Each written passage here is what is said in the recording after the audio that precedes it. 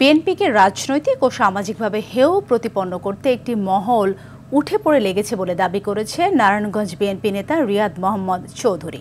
তিনি বলেন, দেশব্যাপী আওয়ামী দোসরদের পরিকল্পনার অংশ হিসেবে বিএনপির সকল শ্রেণীর নেতাকর্মীদের বিরুদ্ধে অপপ্রচার চালানো হচ্ছে।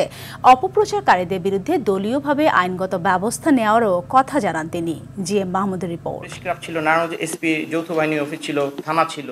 ঢাকা রিপোর্টার্স ইউনিটিতে সংবাদ সম্মেলনে ফতুল্লা থানা বিএনপির সাংগঠনিক সম্পাদক রিয়াদ মোহাম্মদ চৌধুরী বলেন, তার জনপ্রিয়তা ঈর্ষান্বিত হয়ে একটি পক্ষ তার বিরুদ্ধে ক্রমাগতভাবে উদ্দেশ্য প্রণোদিত মিথ্যাচার এবং অপপ্রচার করছে। এই ধরনের কুচক্রী মহলের বিরুদ্ধে বলেন, একটি পক্ষ রাজনৈতিক ও সামাজিকভাবে তাকে ছোট করতেই ভাড়াটে লোকজন দিয়ে তার বিরুদ্ধে অপপ্রচার চালাচ্ছে। মূলত আমাকে রাজনৈতিক ও সামাজিকভাবে হ্যায় প্রতিপন্ন করার জন্যই এক পক্ষ ভাড়াটে লোকজন দিয়ে আমার বিরুদ্ধে মিথ্যা বানোয়াট অভিযোগ দিয়ে একটি মানববন্ধনের আয়োজন করিয়েছিলেন।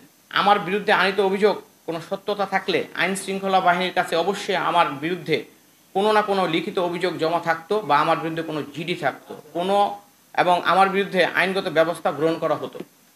কিন্তু আমার বিরুদ্ধে বিগত দিনে এই ধরনের কোনো অভিযোগ আইন শৃঙ্খলা বাহিনীর কাছে নেই। আমার বিরুদ্ধে আনিত অভিযোগের বিরুদ্ধে সত্যতা থাকলে যৌথ বাহিনী কিংবা গোয়েন্দা সংস্থা অবশ্যই অবগত থাকতেন এবং আমার বিরুদ্ধে ব্যবস্থা নিতেন। আওয়ামী লীগের দোসররা দেশব্যাপী বিএনপিকে রাজনৈতিকভাবে বিতর্কিত করতে পরিকল্পিতভাবে বিএনপির শীর্ষ নেতা থেকে শুরু করে জেলার নেতাদের বিরুদ্ধে অপপ্রচার চালাচ্ছে। সমগ্র দেশব্যাপী আওয়ামী দোসরদের পরিকল্পনার অংশ হিসাবে বিএনপির সর্বোচ্চ নীতি নির্ধারিত মহল থেকে শুরু করে তৃণমূল নেতাকর্মী বা নেতৃবৃন্দের পর্যন্ত উদ্দেশ্য প্রণোদিতভাবে মিথ্যাচার ও অপপ্রচারের শিকার হচ্ছেন।